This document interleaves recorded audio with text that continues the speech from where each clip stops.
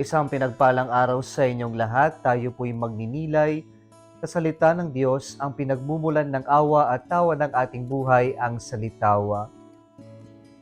Mga kapatid, madali ba tayong mapanghinaan ng loob kapag po sinabihan tayo na hindi ka magaling, na hindi ka karapat-dapat? Tayo rin po ba ay madaling sumuko kapag po tayo ay napahiya? Kapag po tayo ay nakatanggap ng hindi magandang comments mula sa ibang tao? Titigil ba tayo na abutin yung pangarap natin nang dahil lamang may mga kontra, may mga hindi natutuwa sa ating tinatahak, sa ating ambisyon? Mga kapatid, sana po huwag tayo agad-agad maniwala sa mga paratang ng ibang tao. Huwag tayong agad-agad nasusuko nang dahil lamang may mga taong nagbibigay ng hindi magandang komento tungkol sa atin. Ito po ang pinakita ng ating Panginoong Hesukristo sa ating Ebanghelyo ngayon. Sinabihan siya ng mga Pariseo na umalis na lamang sapagkat nais siyang ipapatay ni Herod. Totoo nga bang may concern sila sa ating Panginoong Hesukristo? O nang dahil lamang sila'y naiinggit at si Jesus ay hadlang sa kanilang pagsikat, hadlang na sila ay pakinggan ng ibang tao sapagkat mas marami na ang nakikinig at sumusunod sa ating Panginoong Hesukristo. Subalit sa kabila nito, tinawag ng ating Panginoon si Herod na musang o fox. Ang musang po ay mabangis, nakakatakot, at nagtataboy ng ibang tao.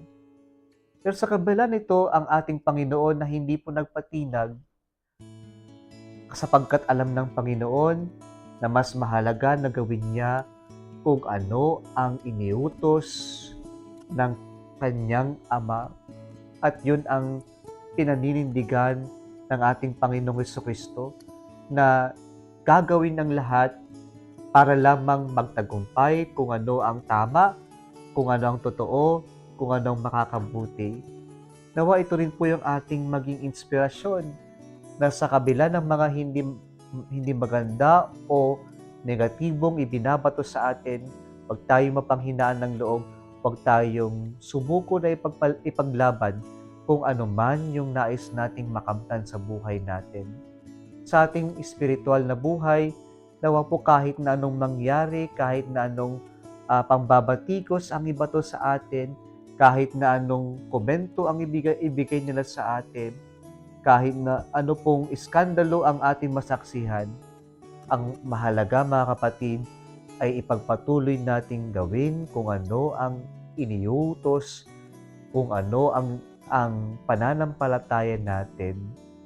Kaya po, ang ating Panginoong Hesukristo, kanya ring ikinumpara ang kanyang sarili bilang isang inang ibon na pro-protekta sa atin at nais niyang gawin tayong safe.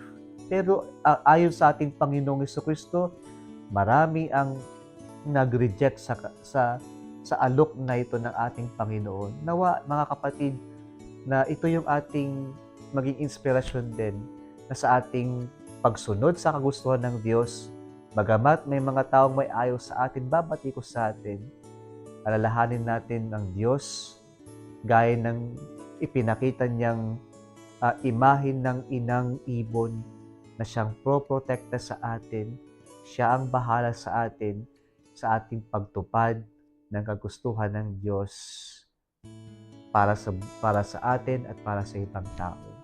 Nawa magkaroon tayo ng malalim na pagtitiwala at pananalig na hindi naman tayo pababayaan ng Diyos. Kung nagustuhan mo ang video na ito, huwag kalimutang mag-like, i-share at mag-subscribe sa Salitawa Facebook page and YouTube channel. Pulisang pinagpalang araw sa inyong lahat.